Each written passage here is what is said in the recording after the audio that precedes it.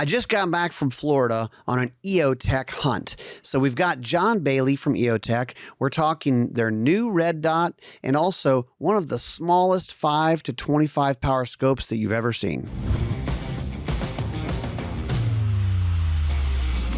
Gun Talk Nation is brought to you by Vortex Optics, Sig Sauer, Silencer Central, Silence Delivered, and Armscore. Hey, welcome into Gun Talk Nation. Today on Gun Talk Nation, we've got John Bailey, JB from EOTech. Welcome in, man. Hey, good to be here. So I was just with you down in Florida, and I kind of did a podcast on the Gun Talk Hunt side, talking about hunting and Florida hunting, and I think we talked about mountain lions and other things. But on the Gun Talk Nation side, this is where we could kind of get into all of the gun geekery. And It was kind of cool because I think people know EOTech for certain things, but perhaps don't know all the things you guys do. I mean, how would you describe EOTech to somebody who's maybe not familiar? Well, it's a tough question depending on what year you ask. If you asked that 15 years ago, we're a holographic company that makes a 1X holographic sight, and that's pretty much it. I think about that time we were coming out with a magnifier to kind of increase the distance that you could shoot a 1X optic. But this year, 2022, we've broadened our Vudu riflescope line. We've introduced a pistol optic to go on to all of the pistols that are accepting optics now. We've actually partnered with a company to private label night vision and thermal products to law enforcement, military, so that's a brand new thing for us. And actually, we even purchased a sensor company out in California. We signed the dotted line in January, and they make sensors for digital night vision. And digital night vision exists, but it's really, you see it in some of the fighter helicopters and things like that, but it's not really a product for the footed soldier yet. But we're hoping that the sensor development and our product development can make those things happen. So yeah, we're a much different company now than we were 10, 15 years ago. Yeah, I think a lot of people know you guys for those holographic sights, which are cool, and they're awesome still love it.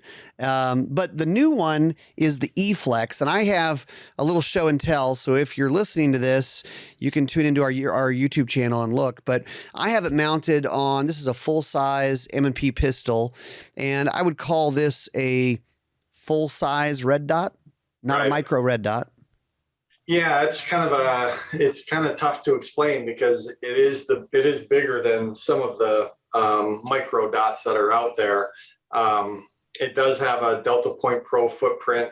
It does have a wider window. So if you're looking for concealed carry optic, this might not be the exact one you're looking for, but full size pistols, shotguns like we used last week would be great. As an accessory 1X to a PVO or a magnified optic on an AR, it works out great because you do have a really big field of view. We intentionally made that window the same aspect ratio as the holographic sight. So anybody who's comfortable with that should kind of be comfortable immediately with the window size and the shape of the EFLX in terms of finding the dot quickly and seeing your full situation awareness. So what are some of the things that you guys did for the EFLX? I mean, there's a lot of red dots out there, but you have such a history of making these electro-optics. You're not like new to that game. You're actually there's probably some others that were new to the electro-optics game that are trying to do red dots. I mean, what are some of the things you guys put into the EFLX from your experience? Yeah, well, it's tough to make that product much different than others that are out there. So the first thing we wanted to do is make sure that it meets or exceeds the durability of your big players like your Trijicon and loopholed optics. And we feel we did that. It's an all aluminum housing. We've done the drop tests and it is a very rugged, durable product. So we're confident that we could be in the same space as that. We carried over the push button system like our holographic sight. One thing I think that if you look through it and then anything else, you'll see our glass is really clear and transparent. And we worked hard for that. We worked hard for that in a holographic sight as well, but it's really tough to do on these micro sites because it is a reflex product, and you got to have different coatings to be able to reflect that LED dot back towards your eye. And we feel we've done a really good job. So when you're out shopping or anybody's looking for one of these sites, I think clarity of glass is going to be one that we really stand out on, because you don't get that red hue or the blue or yellow hue that a lot of them have, and you can sometimes even see your reflection. We were able to overcome all of that and keep a really clear, transparent glass. I will say, I mean, I've got this one here, and even under the studio lights, I don't notice any discoloration looking through it. And I definitely have had actually a few dot sites that had that blue hue, and it's kind of strange when you're looking through that, and then you're like, especially when you're shooting both eyes open, which is kind of how you're supposed to shoot with a red dot.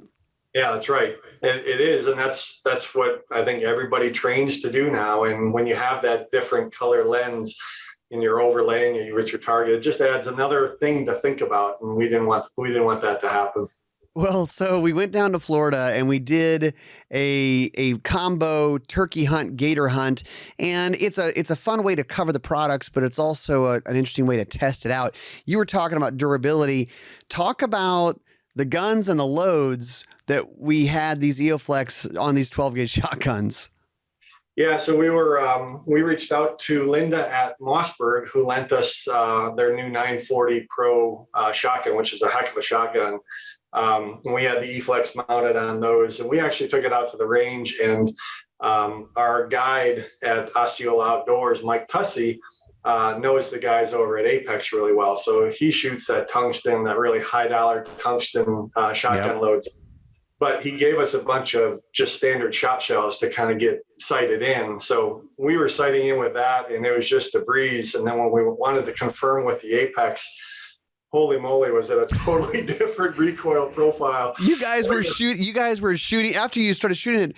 Everybody started videoing each other shooting it because of the recoil was crazy. I mean, it's 2 1/4 ounce of shot. Yeah. 3-inch load. Yeah, I was shooting. I was the first to shoot, so I think everybody else learned from my first shot. But so I wasn't even holding the shotgun down. I was just on a bag, and I had a good rest. But when I pulled the trigger, that whole shotgun went up. My shoulder went back, and you could see in the video that these guys had. My eyes opened up because I was not expecting that kind of recoil. But man, does that put? It's the difference between confidently hitting something, a turkey or so at 30 yards to these guys are confident shooting that load out to 70 or 80 yards. It's really crazy with these turkey loads. But I mean, I think we looked it up, and it was something like a 980 grain bullet, the equivalent of a 980 grain bullet. And talk about a durability test, putting this small red dot on that big 12 gauge with those types of loads. And I don't think we had any issues at all, right? No, I don't think we had any issues. Held zero real well, and actually didn't even we had multiple users. So a lot of times, I know in ARs, somebody picks up a different AR, they might shoot differently than that person that zeroed it, and we didn't have any issues. I think I was the last to use one of the shotguns, and I held right on and killed. So there was no adjustment, no change at all. It was rock solid. Yeah, I had gotten there a little late, so I missed out on the fun of sighting in. But they said, "Hey, when you shoot this, be careful. Like, this is a lot of recoil." And so I kind of had that in the back of my head as I was doing my turkey hunt. But I'll be honest, I had so many things going on with this turkey and trying to shoot it that when I shot, I didn't even experience the recoil because I was so focused on the turkey. Right.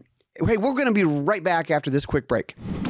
The STK-100 from Arms Corps Rock Island Armory is their new and their first striker-fired pistol, 9mm. It's an aluminum frame, and it has a lot of features that are reminiscent of 1911s because that really is their heritage. The grip angle, the extended beaver tail, but it also has those modern features like a 17-round capacity, updated optics plate, and they just lowered the price to $499. Check them out at armscorps.com.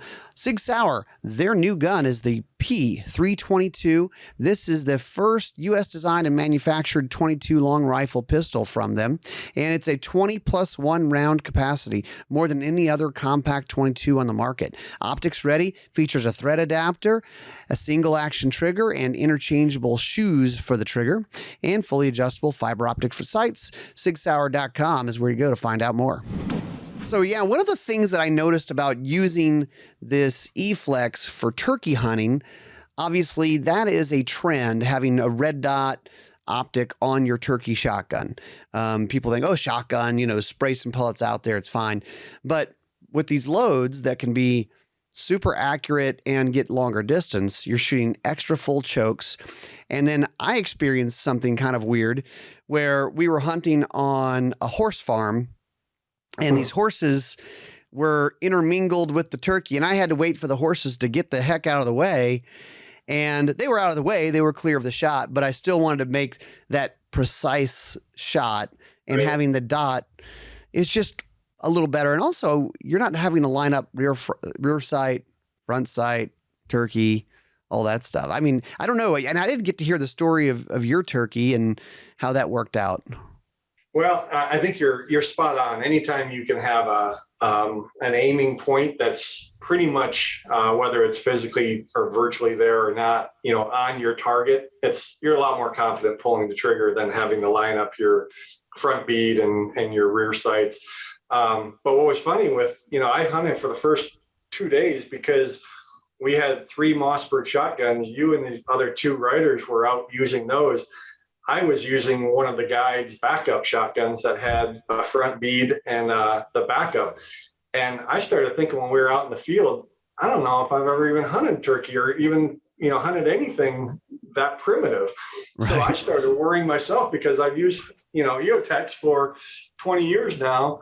I started worrying about it. So I was I was in our stand and I'm kind of lining things up. And that's what you end up having to do is you see a target coming in and now you're focused on your front sight and then focused on the rear sights. And then you're trying to align those to your target. And once you do that, then you're confirming that you're still on there. So there's a whole lot of focal change that you don't want that, whether it's home defense or turkey or whatever, you don't want that. So if you can have a dot or a circle dot, like the holographic sight, it takes all of that out of it. And you basically just point and shoot. And yeah, that's, makes it easier for you. It was certainly easier for mine. I got my turkey. I got to do something pretty rare in Florida is I got to spot and stalk mine. Whereas Osceolas are always known, and we've experienced it.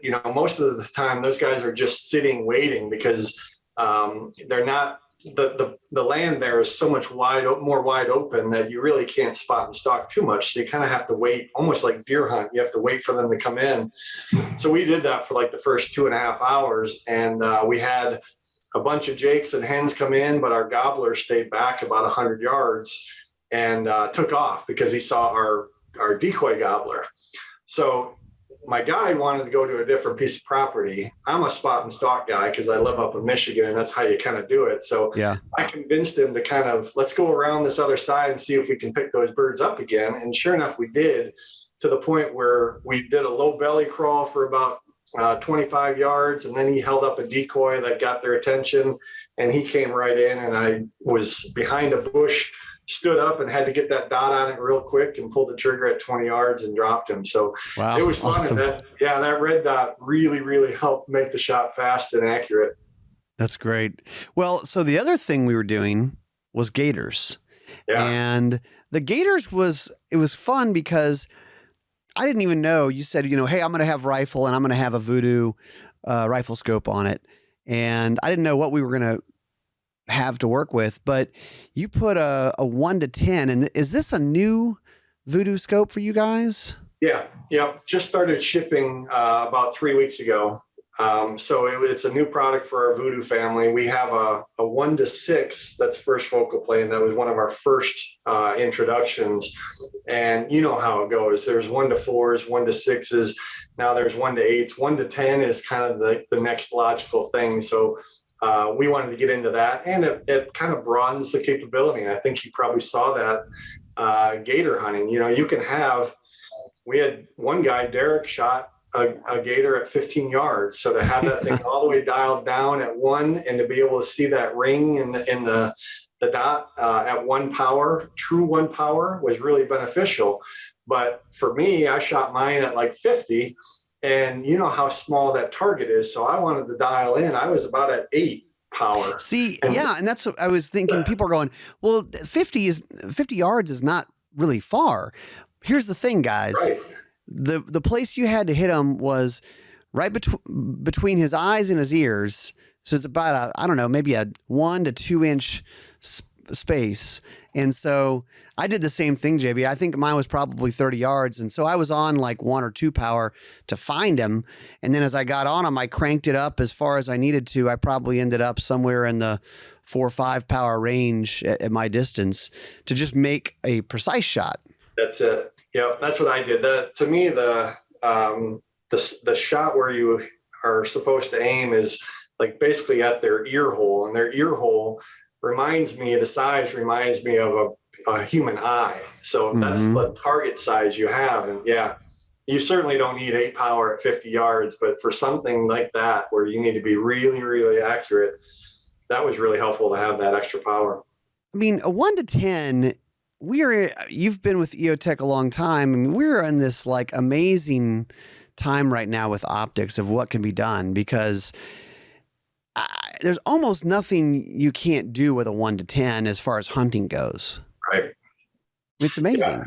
No, it's true. We took them out. Granted, they were pre-production units. We did an elk hunt in November, and we're targeting and hitting elk at 400 or 500 yards, confidently. And, it's not if you're going to do a lot of long range hunting or shooting, it's not the perfect optic, but certainly 10 power gets you a lot what you need. Our reticles have the Christmas tree style reticles to them for both windage and elevation holds.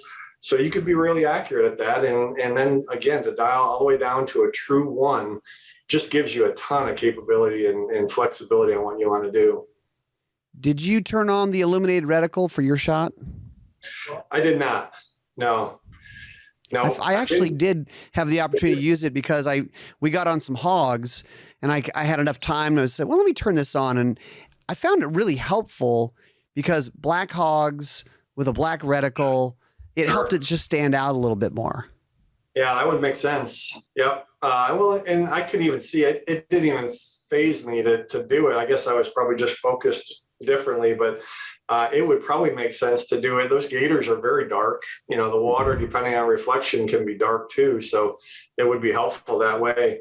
And yeah, it is. It's an illuminated optic. It is a glass etched reticle. So for those that are looking for a true daylight bright, where there's a fiber optic and a dot, this is not it. You really can't achieve that with a first focal plane optic, but we do have a glass etch. So when you illuminate it, everything in the reticle lights up, and it's great for what I would say more dawn and dusk, so anything low light, lower light.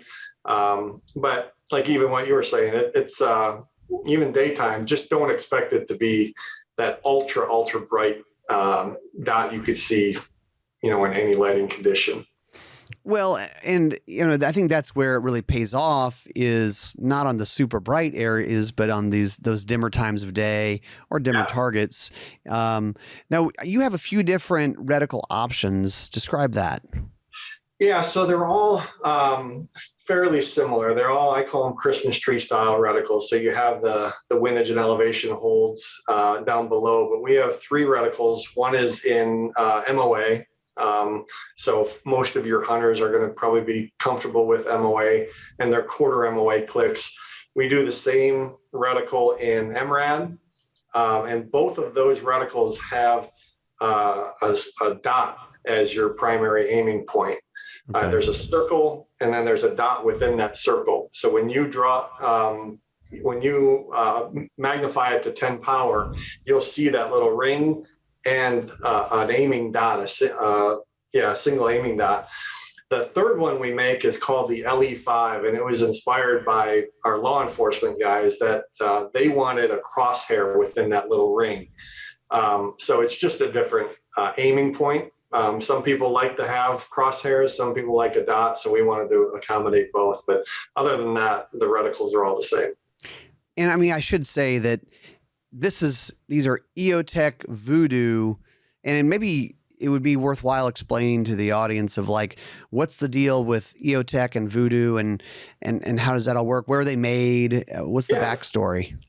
Yeah. So, I don't know, the EOTech is the brand, and Vudu is the model or the model line. So Vudu is not a different brand from EOTech, but it was our way of kind of separating ourselves from the holographic side to kind of come up with a name that, I mean, in our eyes, it was more of a mysterious type of name because people weren't expecting it, but and we can do some neat things. We have a mascot named Mayhem that's a little voodoo doll, so we were able to do some creative things. But yeah, it was just a way of kind of separating from our current line. These scopes are all, the industrial design was all designed by us. All the testing is done by us, but they are manufactured in Japan using Japanese glass. So when we first started this project, we wanted to do several things. One, we wanted to go right after the premier brands, Night Force and the Vortex razors and those kind of things. So it had to be quality optics. We wanted to be at a price point that can maybe cut into their market share, and we think we did that. We came in a little less. And a lot of it is because we make holographic sights for our bread and butter. So we're not relying on magnified scope line to keep our lights on. We can do whatever we want. So we sacrificed a little bit of margin to kind of position ourselves a little lower. But we also passed on a little bit more margin to our dealers. So we wanted our dealers to be incentivized to stock the product as well, because we were an unknown name at that point. So we wanted to get people excited about it, and, to get them to commit their dollars, we wanted to give them a little bit more margin. So we really just wanted to take every barrier that either the consumer could say or the dealer can say, or have against carrying or using our product. And we think we did that with the Vudu line. Yeah, you have to kind of entice people when there's a whole new line out there to actually give you a try, get the dealers to give you a try. Hey, we have a couple quick messages from our sponsors. The new Hellcat Pro from Springfield Armory combines performance, concealability, and capacity into one gun. This is a 9mm with 15+1 capacity, but it's still compact, so it still carries in a smaller footprint than other guns in its class. It's optics ready, and it's equipped with an accessory rail and hammer-forged barrel. Springfield-armory.com. Silencer Central delivers silence to your door. The suppressor is delivered right to your door with a simple process that ensures you get the suppressor you need. They also make it easy to purchase, from online paperwork to help with setting up your first trust. E-forms are now available, and that is speeding up the process. They have a variety of suppressors, from the Banish 30 to the Ultima 9mm, or even the Barrett 50 BMG. SilencerCentral.com. Ruger's Light Rack LCP2 is a low recoil pistol ideal for training and concealed carry. Being an LCP, it's very small, very easy to conceal, so it enables you to carry pretty much with anything you're wearing and however you'd like to carry it. It's comfortable to shoot regardless of your hand size or strength. It includes special slide serrations and pronounced cocking ears, and a lighter recoil spring for a slide that's easy to manipulate. To find out more, go to Ruger.com.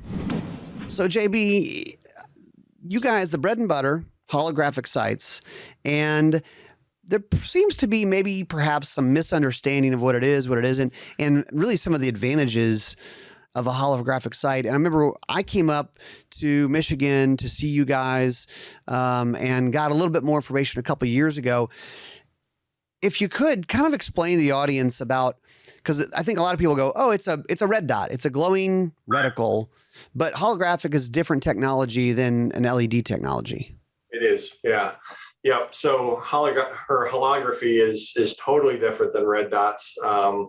One of the and there's a lot of benefits to it, and there's one negative to it. The one negative that everybody complains about is battery life. And our battery life is not as good as these red dots that are out there. A laser diode just runs or takes more current and more power than a little LED. So our battery life is less than that. But I always combat that by saying, if you're a cop, your radio, your laser designator, every other piece of electronic equipment, night vision gets you like 8-10 hours. So Yeah. we give you months of hours. Whereas LED optics give you sometimes years of what they say. So that's kind of our weakness in a way, but I don't really view it as a weakness. If you change your battery every year or every time you changed your fire detector or your smoke detectors, you'd be good. But there's so many other benefits to holography. And the main one is that it uses a laser diode. And when you use a laser diode, it's a true point source. Without getting into all the science, basically, it presents a dot that is smaller than an MOA. But your eyes and my eyes can't pick up that size. The smallest we could see it is 1 MOA. So we are the smallest dot in the industry. And then we're able to make those rings and really any other reticle to get you on target faster. So there's no sacrifice with an EOTech holographic sight. You get on fast with the ring and you get more precise with that tiny dot. And then the ability to make rectangular windows so your field of view is greater. We have night vision settings that are better than most. We have 10 night vision settings, so it's compatible with all other night vision settings or night vision devices.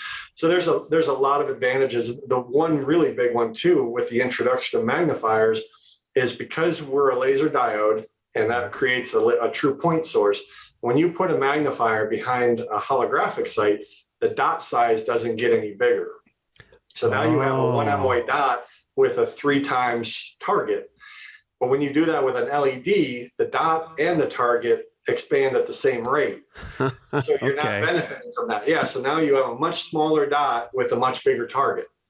Yeah. Interesting. Yeah. It's because the other way you kind of lose the precision of a small dot. Yeah. It's the same. You're just seeing both things bigger. So it's a little bit better, but if you could put the same size dot on a target that's 3 or 5 times bigger, now you're getting a lot more advantage. So there's a ton of advantages to holographic sights. It's getting behind one and getting comfortable with it and seeing what you think. I'll tell you where it really shines, and we weren't there doing it, but turkey hunting, there's really nothing better other than it sits up too high on a shotgun. But that ring, if you could picture that ring is your shot pattern. So really, it's about yards, equivalent to? Yeah. At 25 yards, it's so big. At 50 yards, it's so big. At 100 yards, it's 68 MOA or 68 inches. So if you could picture that as a cone getting bigger and bigger as the shot goes out, all you do is put that turkey head in the ring of your reticle and lights out. That's awesome. So the closer the turkey is, it's not that the ring gets smaller, but it appears smaller, I guess. Yeah, right. Yep. The ring would be, closer in, the turkey would fill more of the ring as opposed to, further out. Very interesting. So, and it seems like a kind of a perfect world as far as an AR setup is. You've got your holographic sight, and then you guys have a 3x magnifier that you do as well. Kind of gives you the quick and the longer range stuff. Or I guess you could just do a 1 to 10. Yeah, and that's we introduced we had a 3 power for a long time called the G33. We introduced a G43 last year, which is a 3 power, but it's more compact in size and in length. And at the same time, we introduced a 5 power. That's about the same length as the G33 3 power. And they all work great because they have a mount that flips off to the side, or it's a QD that you could take completely off and just go 1X. So it's very, it works well both ways. But we found that, at 5 power, that's about as far as you can go, or you start thinking about LPVOs, 1 to 6s. Yeah. 8s and 1 to 10. So that's the other reason why it kind of transitions probably likely from holographic to Vudu, right? Yeah. Well, and one of the other products that I want to get on before we finish is because it's just really cool. everyone's trying to go longer range. They're wanting more magnification. You guys have a 5 to 25 power Vudu scope that when I think of a 5 to 25 scope, I think of a pretty large scope, pretty heavy scope. This is, I don't know, I haven't compared them all, but it looks like the most compact 5 to 25 I've seen. Yeah, it is. You know, in the optics world, they always say to get a certain feature set, it's like squeezing a balloon. You know, it gets bigger in one area and smaller in the other, but, you know, so there's always compromises in either eye relief or light transmission or whatever it is. And we feel that we really squeeze the balloon as best that you can squeeze it. The 5 to 25 is an incredible scope. It's 11.2 inches, I think. You know, so to get that much magnification out of a short scope like that, it's 34 millimeter tube, so it's rugged as heck. Yeah. Tall turrets with a locking elevation adjustment and a capped windage. Has all the reticles you need for long range, including Horus H59 and the Tremor 3. You know, so it's great because it just doesn't have, it doesn't put an enormous scope on top of your rifle. If you do have the ability and the money to use clip-on night vision and thermal, it leaves space on your rifle to add that kind of stuff towards the front too. Yeah, so it's really nice. Yeah, I mean, it's when you see this scope, you're going, there's no way that is a 25 power scope. It's just so compact. And I love that because we keep getting bulkier and bulkier on our gear. And this kind of defies the laws of physics as far as I've seen on scopes. It's just cool. JB, thanks for being with us. This is cool. Thanks for the updates on EOTech and Vudu and all the stuff you guys are doing. No, it was a pleasure being with you and being with you last week. It was great to hang around you and watch you kill your first turkey and, you know, bag the gators. That was a good time. Got my first turkey, everybody. And I got a lot of gator meat to cook up. So it's going to be great. Thanks, man. We'll see you next time. All right. Sounds good. Thank you. All right. That's it for us. And we will see all you guys next time on Gun Talk Nation.